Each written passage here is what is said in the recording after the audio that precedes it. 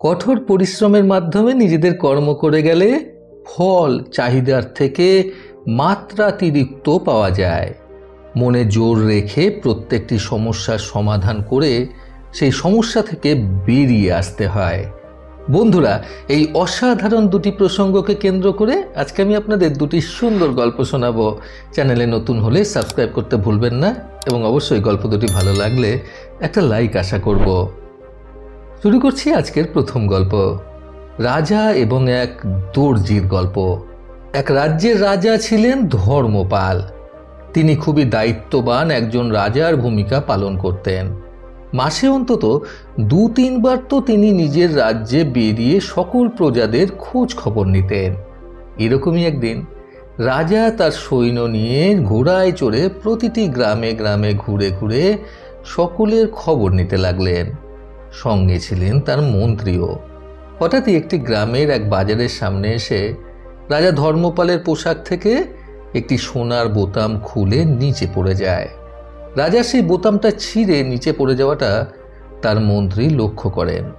মন্ত্রী তৎক্ষণাৎ রাজাকে এই খবরটা দেন এবং রাজা তার মন্ত্রীকে নির্দেশ দেন, সামনেই বাজার রয়েছে এবং বাজার থেকে কোনো এক দর্জিকে ডেকে আনতে তার পোশাক থেকে ছিঁড়ে যাওয়া সোনার বোতাম সেলাই করে দেওয়ার জন্য। রাজার আদেশে তার মন্ত্রী আর দেরি না করে তৎক্ষণাৎ বাজারে প্রবেশ করেন দর্জি খোঁজার জন্য। বাজারে ঢুকেই মন্ত্রী দেখতে পান সামনেই একটি দর্জির দোকান রয়েছে এবং দোকানে বসে দর্জিটি কাজ করছেন।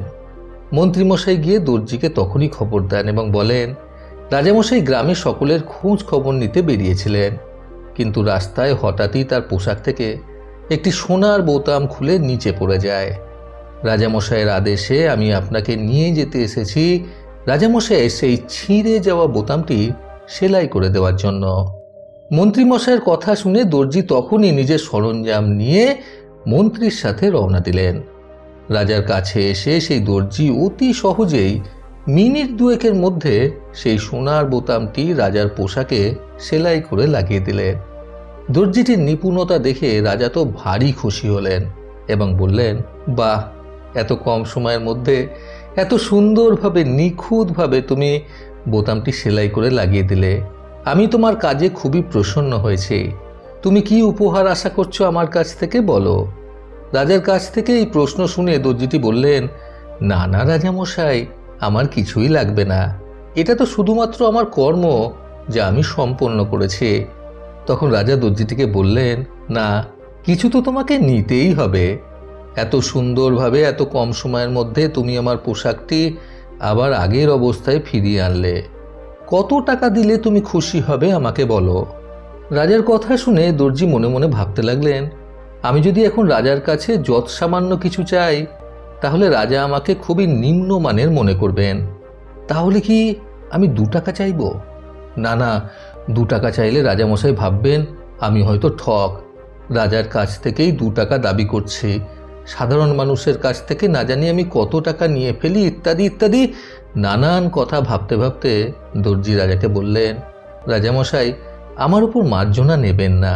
এই দায়িত্বটা তাহলে আমি আপনাকেই দিয়ে দিলাম। আপনি যেটা ভালো বুঝবেন সেটাই আমাকে দেবেন, আমি তাতেই খুশি। দর্জির এই ধরনের প্রস্তাবে রাজা মনে মনে ভাবলেন, দর্জি যখন পুরো ব্যাপারটাই আমার দায়িত্বে দিয়ে দিয়েছে, তাহলে আমি যদি এখন ওকে সামান্য কিছু দিই তাহলে তো সারা গ্রামে আমার বদনাম করে বেড়াবে এই দর্জি। আমি ওকে বরং উপহারস্বরূপ 2টো গ্রাম দান করে দিই। আমার মাহাত্ম্য তাহলে এই দর্জি ভালোভাবে বুঝতে পারবে। এই ভেবে রাজা দর্জিকে বললেন, উপহারস্বরূপ কাছের 2টি গ্রাম আমি তোমাকে দান করছি। রাজার কাছ থেকে উপহারস্বরূপ 2টি গ্রাম পেয়ে দর্জি হতবাক হয়ে রইলেন। মনে মনে ভাবলেন, আমি তো আমার কর্ম করে শুধুমাত্র 2টো টাকা নেব ভাবছিলাম, কিন্তু রাজা যে 2টো গ্রাম উপহার দিয়ে দেবেন এটা আমি স্বপ্নেও ভাবতে পারিনি। এরপর থেকে রাজার উপহার পেয়ে দর্জির দুঃখের দিন সারা জীবনের মতো বিদায় নিল। বন্ধুরা, কর্মের উপর ফোকাস দিতে আজকের এই প্রথম গল্প থেকে শিক্ষণীয় 3টি কথা সর্বদা মনে রাখুন। প্রথমত, কর্ম করে যাও, ফলের আশা করো না। কারণ ফল যেটা তুমি পাবে সেটা তুমি ভাবতেও পারবে না। দ্বিতীয়ত, কি পাবো এই ভেবে কাজ শুরু করলে সেই কাজে কখনোই সফলতা আসে না। তৃতীয়ত, কর্মের ফলস্বরূপ আমাদের জন্য যে উপহার তোলা রয়েছে সেটা আমরা কেউই হয়তো জানি না। তাই যতক্ষণ না নির্দিষ্ট কাজ সম্পন্ন হচ্ছে, ফলের আশা করাটা নিছকই বোকামো। বন্ধুরা, শুরু করছি আজকের দ্বিতীয় গল্প। হরিহর গ্রামের এক সাদা মাটা ব্যক্তি হিসেবে পরিচিত ছিল। দিন আনা দিন খাওয়া ব্যক্তি ছিল সে। মা, বাবা, স্ত্রী এবং এক ছেলে নিয়ে তার সুখের সংসার ছিল। কিন্তু যত দিন যায় সংসারের চাপ বাড়ে, ছেলে বড় হয়, ছেলের খরচা বাড়ে, বউয়ের খরচা বাড়ে, বৃদ্ধ মা বাবাকে দেখাশোনার খরচ বাড়ে। আর ততই যেন পরিস্থিতির চাপে চাপা পড়ে হরিহর বদলে যেতে থাকে। খুব খিটখিটে প্রকৃতির হয়ে যায় সে। যেহেতু পরিবারের একমাত্র রোজগেরে ছিল সে, তাই মাথায় ছিল তার প্রচুর চাপ। কোনো কথা তার সহ্য হতো না। কেউ কিছু বলতে আসলেই সে তার উপর রেগে গিয়ে চড়াও হয়ে পড়ত। হরিহরের এই স্বভাবের জন্য তার বাড়িতে অন্যান্য সকল সদস্যদের সাথে তার কিছু না কিছু ব্যাপার নিয়ে ঝগড়া প্রায় লেগেই থাকত। হরিহরের বাড়ির লোকেরা তো অস্থির হয়ে পড়েই ছিল, সঙ্গে হরিহর নিজেও নিজের স্বভাবের জন্য খুবই জ্বালাতন ভোগ করছিল। একদিন রেগে গিয়ে হরিহরের বউ তো তাকে বলেই দিল, তোমাকে নিশ্চয়ই কেউ জাদু টোনা করে দিয়েছে, যার জন্য তুমি এরকম খিটখিটে প্রকৃতির হয়ে গেছো। আমাদের কাউকে তুমি যেন আর সহ্যই করতে পারছো না। বউয়ের বলা এই বিষয়টা নিয়ে হরিহর আরও চিন্তায় পড়ে যায়। সব চিন্তা একসাথে তাকে যেন কুঁড়ে কুঁড়ে খাচ্ছিল।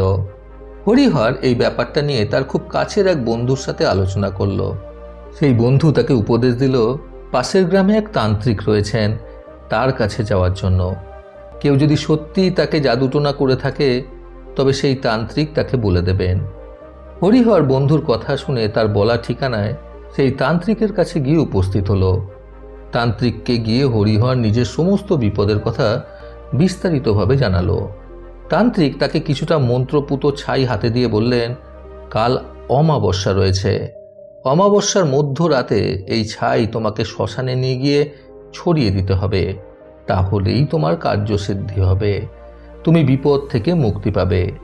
হরিহরের কাছে ব্যাপারটা একটু ভয়াবহ এবং কঠিন মনে হলেও সে নিজের সুবিধার্থে এই পদক্ষেপ নিতে রাজি হয়ে গেল। যথাসময়ে সেই তান্ত্রিকের কথা অনুযায়ী হরিহর মধ্যরাত্রে সেই ছাই নিয়ে শ্মশানে যায়।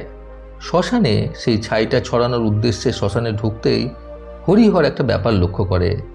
এক জটাধারী সাধু বাবা এক জ্বলন্ত চিতার সামনে বসে চিৎকার করে করে বলছেন, লোককে ঠকিয়ে তুই এত ধন সম্পত্তি তৈরি করলি, কি লাভ হলো তাতে? কিছুই তো ভোগ করতে পারলি না রে। তার আগেই তো তুই চিতার আগুনে জ্বলে রাখ হয়ে গেলি। বারবার এই কথাগুলি সেই সাধু বাবা চিৎকার করে বলে যাচ্ছিলেন। ব্যাপারটা দেখে হরিহর সেই সাধু বাবার কাছে এগিয়ে গেল। হরিহর সাধু বাবার কাছে যেতেই সেই সাধু বাবা হরিহরের দিকে তাকালেন এবং বললেন, খুব বিপদের মধ্যে আছিস তাই না? সব বিপদ কেটে যাবে, চিন্তা করিস না। হরিহর সাধু বাবার এই কথা শুনে হতবাক হয়ে গেল এবং লুটিয়ে পড়ল সেই সাধু বাবার পায়ের সামনে। হাত জোর করে সেই সাধু বাবাকে হরিহর বলল, বাবা, আপনি তো অন্তর্যামী, আপনি আমার মনের সমস্ত কথা বলে দিলেন। আমাকে দয়া করে আপনি বলুন, আমি আমার জীবনের এই কঠিন বিপদের সময় থেকে কিভাবে মুক্তি পাব? সাধু বাবা তখন হরিহরের দিকে তাকিয়ে বললেন, আমি তোর প্রশ্নের উত্তর অবশ্যই দেব, কিন্তু তার জন্য তোকে আমার সাথে পাশের এই নদীটিতে যেতে হবে। পাশের একটি নদী দেখিয়ে সাধু বাবা হরিহরকে এই কথাগুলো বললেন। হরিহর রাজি হয়ে গেল সাধু বাবার সাথে সেই নদীতে যাওয়ার জন্য। যথারীতি সে সাধু বাবার সাথে সেই নদীতে গেল। নদীতে যাওয়া মাত্রই সাধুটি হরিহরকে এক ধাক্কা মেরে নদীর জলে ফেলে দিলেন। হরিহর সাঁতার জানে না, ফলে সে হাবুডুবু খেতে লাগলো সেই জলের মধ্যে পড়ে। সাধু বাবা যখন বুঝতে পারলেন হরিহর আর সেই জলে থাকতে পারছে না, এবার সে নিঃশ্বাস ত্যাগ করবে, ঠিক তখনই সাধু বাবা নদীতে নেমে টেনে হরিহরকে নদী থেকে ডাঙায় তুলে আনলেন এবং ডাঙায় আসার পর হরিহর হাঁপ ছেড়ে বাঁচে। তারপর সে সাধুটির প্রতি ভীষণভাবে রেগে যায়। সাধুকে উদ্দেশ্য করে হরিহর তখন বলে, আমি তো ভেবেছিলাম আপনি একজন প্রসিদ্ধ সাধু বাবা, এখন তো দেখছি আপনি পাগলের থেকেও অধম একজন। এই পরিস্থিতিতে যদি আমি মরে যেতাম তাহলে নিজেকে আপনি ক্ষমা করতে পারতেন। তখন সেই সাধু হরিহরের দিকে তাকিয়ে মুচকি হেসে নিজেও নদীর জলে ঝাঁপ দিলেন এবং নদীতে বেশ কিছুক্ষণ সময় সাঁতার কাটার পর সাধু বাবা নদীর জল থেকে ডাঙায় উঠে আসলেন। ডাঙায় এসে সাধু বাবা হরিহরকে বললেন, আমি কিভাবে সাঁতরে নদী পার করে ডাঙায় উঠে আসলাম? হরিহর তখন সাধুকে বলল, আপনি তো সাঁতার জানেন, তাই আপনি সাঁতরে ডাঙায় উঠে আসতে পেরেছেন, কিন্তু আমি তো সাঁতার জানি না, আমি তো জলে ডুবে মারা যেতাম। সাধু বাবা তখন হরিহরকে বলেন, তুমি যে সাঁতার জানো না সেটা কি এই নদীর দোষ নাকি আমার দোষ বলো তো? হরিহর তখন সাধু বাবাকে বলে, না, এটা সম্পূর্ণ আমারই দোষ। সাধু বাবা তখন মুচকি হেসে হরিহরকে বলেন, তোমার জীবনের ক্ষেত্রেও ঠিক এমন ঘটনাটাই ঘটে। আমি যে তোমায় জোর করে ঠেলে জলে ফেলে দিলাম, তোমার জীবনে বিপদগুলোও ঠিক এইভাবেই তোমাকে না বলে কোথা থেকে যে চলে আসবে সেটা তুমি বুঝতেও পারবে না। তুমি মনে করো তোমার জীবন এক বিশাল নদীর সমান এবং বিপদ আসলে তখন তুমি সেই নদীতে ডুবে যাও। এবার তোমাকে ঠিক করে নিতে হবে তুমি সেই বিপদ কাটিয়ে নদী থেকে কিভাবে সাঁতরে বেরিয়ে আসতে পারবে। এরকমটা তো তুমি কখনো করতে পারবে না যে ভয়ে তুমি নদীর জলেই নামবে না, তাই না? কখনো না কখনো তোমাকে নদীর জলে নামতেই হবে, কারণ নদীর জলকে স্রোতের টানে বয়ে যাওয়ার থেকে যেমন কেউ আটকাতে পারে না, ঠিক সেরকমই জীবনে সমস্যা আসাকেও কেউ আটকাতে পারে না। নদীর জলের স্রোত যেরকম নিজের গতিতে আসবে এবং চলে যাবে, মানুষের জীবনে সমস্যাও ঠিক সেরকমভাবেই আসবে এবং চলেও যাবে। এই সময়টুকুতে শুধুমাত্র এটা ঠিক করে নিতে হবে যে কিভাবে সাঁতরে এই বিশাল নদী পারাপার করবে। একথা বলার পর সাধু বাবা একটু গম্ভীর হয়ে হরিহরকে বললেন, তোমাকে একটা কথা বলি, কোনো তন্ত্রমন্ত্রের মাধ্যমে এই সমস্যা আসা কেউ কখনো আটকাতে পারে না। সমস্যা জীবনে আসবেই, কিন্তু সেটাকে কিভাবে জয় করতে হবে সেটা আমাদেরকে বিবেচনা করে নিতে হবে। বন্ধুরা, জীবনে আগত সমস্যার সমাধান পেতে আজকের এই দ্বিতীয় গল্প থেকে শিক্ষণীয় 3টি কথা সর্বদা মনে রাখুন। প্রথমত, সমস্যা জীবনে আসবে আবার চলেও যাবে। এই সমস্যার সাথে আমরা কিভাবে মোকাবেলা করব সেটা আমাদেরকে ঠান্ডা মাথায় মনকে শান্ত করে ভেবে দেখতে হবে। দ্বিতীয়ত, সমস্যা দেখে ভয় পেয়ে ঘাবড়ে গেলে কখনো চলবে না। মনে জোর রেখে সেই সমস্যার সমাধান করে সেই সমস্যা থেকে বেরিয়ে আসতে হবে। তৃতীয়ত, আমরা বিপদের মধ্যে পড়লে সেই বিপদটার সাথে মোকাবেলা করে সেই বিপদটাকেই ধ্বংস করে দিতে হবে, যাতে পরবর্তীকালে সেই বিপদটা আমাদের জীবনে আর না ঘটতে পারে। প্রতিবারের মতো আবারও বলবো, এই পৃথিবী তাদেরকেই সম্মান দেয় যারা ইউনিক কিছু করার ক্ষমতা রাখে। সকলের সুস্থ এবং সুন্দর জীবন কামনায় প্রকৃত জীবন থেকে আমি সন্তু চক্রবর্তী আবার আসবো আগামীকাল নতুন সুন্দর শিক্ষণীয় একটি ছোট গল্পের সাথে। ভালো শুনুন, ভালো থাকুন। ধন্যবাদ।